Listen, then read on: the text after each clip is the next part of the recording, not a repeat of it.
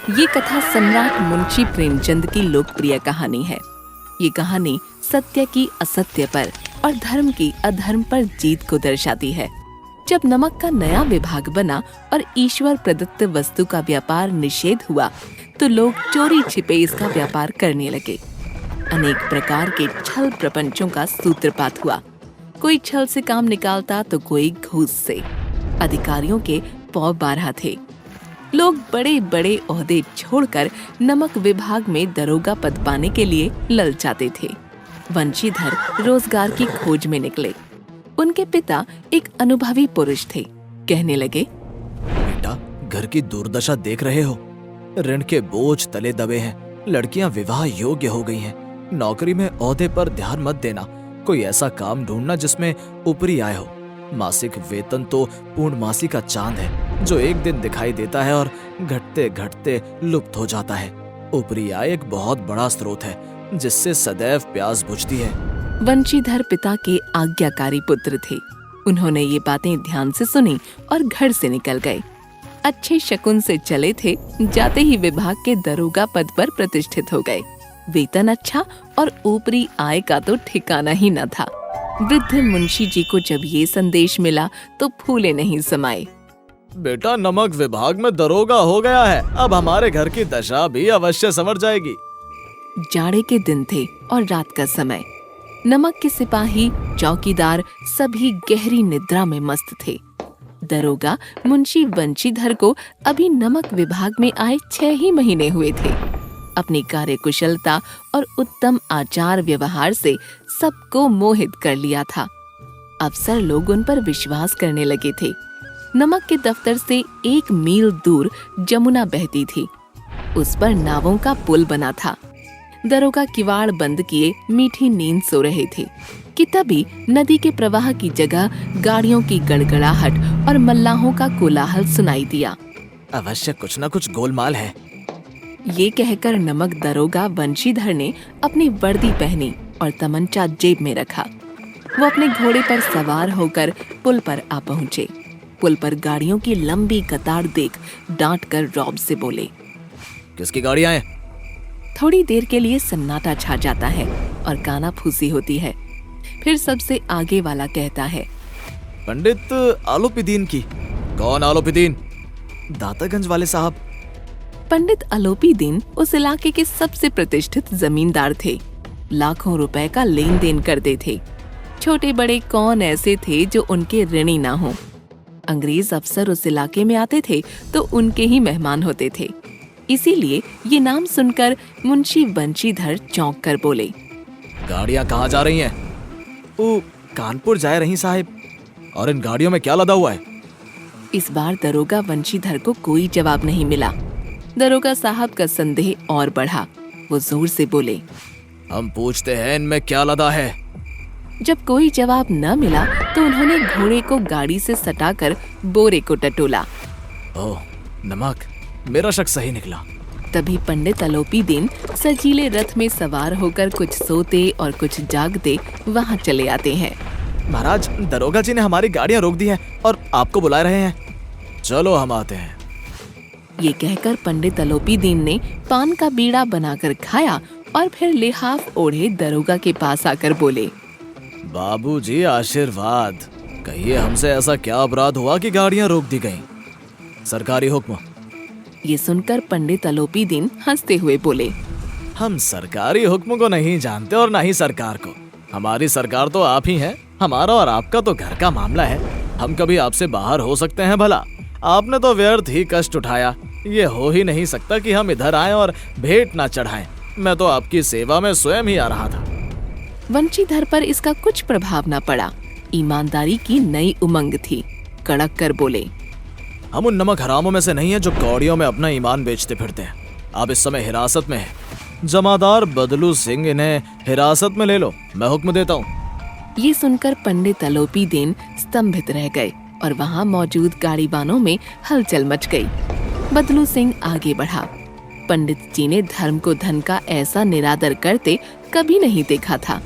विचार किया, अल्हड़ लड़का है, माया मोह के जाल में अभी नहीं पड़ा। बहुत दीन भाव से बोले, बाबू साहब ऐसा मत कीजिए, हम मिट जाएंगे, हमारी इज्जत धूल में मिल जाएगी। हमारा अपमान करके आपको क्या हाथ आएगा? हम किसी तरह आपसे बाहर थोड़े ही हैं। अलोपी दीन ने जिस सहारे को चट्टान समझ रखा था वो पैरों के नीचे से खिसकता दिखाई दिया। स्वाभिमान और धन ऐश्वर्य को गहरी चोट लगी, परंतु अभी तक भी धन की शक्ति पर पूरा भरोसा था। अपने मुख्तार से बोले, लाला जी 1000 के नोट बाबू साहब को भेंट करो, आप इस समय भूखे सिंह हो रहे हैं। 1000 नहीं, 1 लाख भी मुझे सच के मार्ग से हटा नहीं सकते। धर्म की इस बुद्धिहीन दृढ़ता और देव दुर्लभ त्याग पर मन बहुत झुंझलाया। अब दोनों शक्तियों में संग्राम होने लगा। धन ने उछल उछल कर आक्रमण करने शुरू किए। 5 से 10, 10 से 15 और 15 से 20 हजार तक नौबत पहुंची, मगर धर्म अविचलित नहीं हुआ। अब इससे अधिक मेरा साहस नहीं, आगे आपको अधिकार है। दरोगा साहब ने अपने जमादार को ललकारा। बदलू सिंह। बदलू सिंह दरोगा साहब को गालियां देते हुए आगे बढ़ा। पंडित जी घबराहट में 2-3 कदम पीछे हट गए। दीन भाव से बोले, बाबू साहब ईश्वर के लिए मुझ पर दया कीजिए, मैं 25,000 पर निपटारा करने को तैयार हूँ। असंभव बात है। 30 क्या 40,000 भी संभव नहीं। 40,000 तो क्या 40 लाख पर भी संभव नहीं। बदलू सिंह इस आदमी को अभी हिरासत में लो, मैं एक और शब्द नहीं सुनना चाहता। धर्म ने धन को पैरों तले कुचल डाला। पंडित जी को हथकड़ियां लगीं और अगले दिन अदालत में पहुंचे तो अधिकारी वर्ग, उनके भक्त, उनके सेवक, वकील, मुख्तार, उनके आज्ञापालक, अर्दली, चपरासी, चौकीदार सब उनके आगे पीछे दौड़ने लगे। सभी विस्मित हो रहे थे।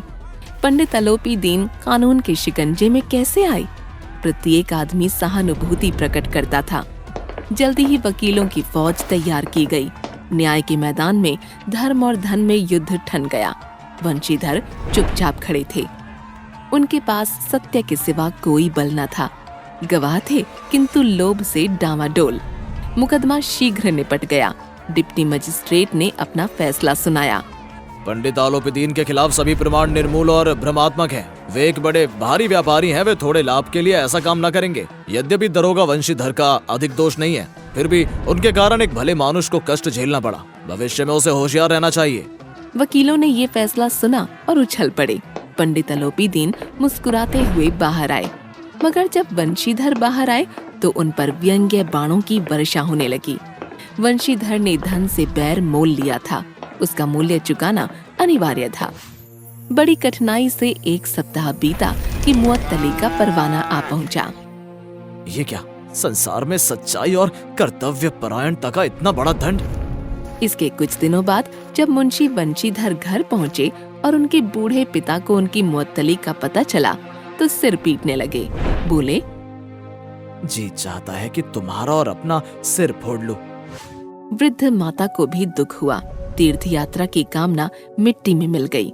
इस प्रकार 1 सप्ताह बीत गया। संध्या का समय था। बूढ़े मुंशी बैठे राम नाम की माला जप रहे थे कि तभी द्वार पर सजा हुआ रथ आकर रुका। कई नौकर कंधों पर लाठियां लिए साथ थे। मुंशी जी अगवानी को दौड़े। देखा तो पंडित अलोपी दीन है। हमारा भाग्य उदय हुआ जो आपके चरण इस द्वार पर आए। आप हमारे पूज्य देवता हैं। आपको कौन सा मुंह दिखाएं? क्या करें? लड़का अभागा कपूत है तो आपसे क्यों मुंह छिपाना पड़ता? ईश्वर चाहे निसंतान रखे पर ऐसी संतान ना दे। नहीं भाई साहब, ऐसा मत कहिए। ये कहकर पंडित अलोपी दीन वंशीधर से मिले और बोले, उस रात आपने मुझे अपने अधिकार बल से हिरासत में लिया, किंतु आज मैं स्वेच्छा से आपको हिरासत में लेने आया हूँ। मैंने हजारों रईस अमीर देखे, हजारों उच्च पदाधिकारियों से काम पड़ा, परंतु मुझे परास्त किया तो आपने। मैंने सबको अपने धन का गुलाम बनाकर छोड़ दिया।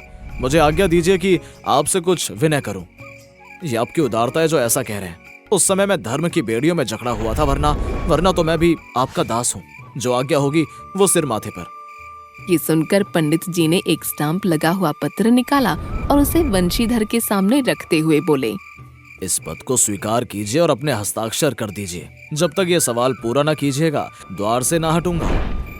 मुंशी बंशीधर ने कागज पढ़ा तो आंखों में आंसू आ गए। पंडित अलोपी दीन ने उनको अपनी सारी जायदाद का स्थायी मैनेजर नियुक्त किया था। 6,000 वार्षिक वेतन के अतिरिक्त रोजाना का खर्च अलग, सवारी के लिए घोड़ा, रहने के लिए बंगला, नौकर चाकर मुफ्त।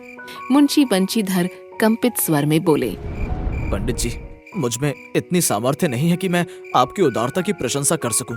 मैं इस पद के योग्य नहीं हूँ। मुझे इस समय एक अयोग्य मनुष्य की ही जरूरत है। ये सुनकर बंशीधर ने कहा, यूं तो मैं आपका दास हूँ। आप जैसे कीर्तिवान सज्जन पुरुष की सेवा करना मेरा सौभाग्य है, किंतु मुझ में ना ही विद्या है, न बुद्धि, न स्वभाव जो इन त्रुटियों की पूर्ति कर देता है। ऐसे कार्य के लिए तो अनुभवी मनुष्य की जरूरत है।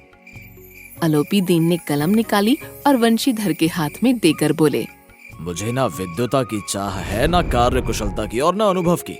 इन गुणों का परिचय खूब पा चुका हूँ। अब सौभाग्य और सुअवसर ने मुझे मोती दे दिया है, जिसके सामने योग्यता और विद्वता की चमक फीकी पड़ जाती है। ये कलम लीजिए और हस्ताक्षर कर दीजिए। मेरी ईश्वर से यही प्रार्थना है कि आपको सदैव वही नदी किनारे वाला बेमुरोतव, उद्दंड, कठोर परंतु धर्मनिष्ठ दरोगा बनाए रखे। बंशीधर की आंखें डबडबा आईं।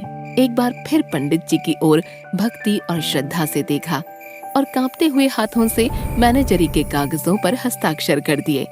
अलोपी दीन ने प्रफुल्लित होकर बंशीधर को गले से लगा लिया।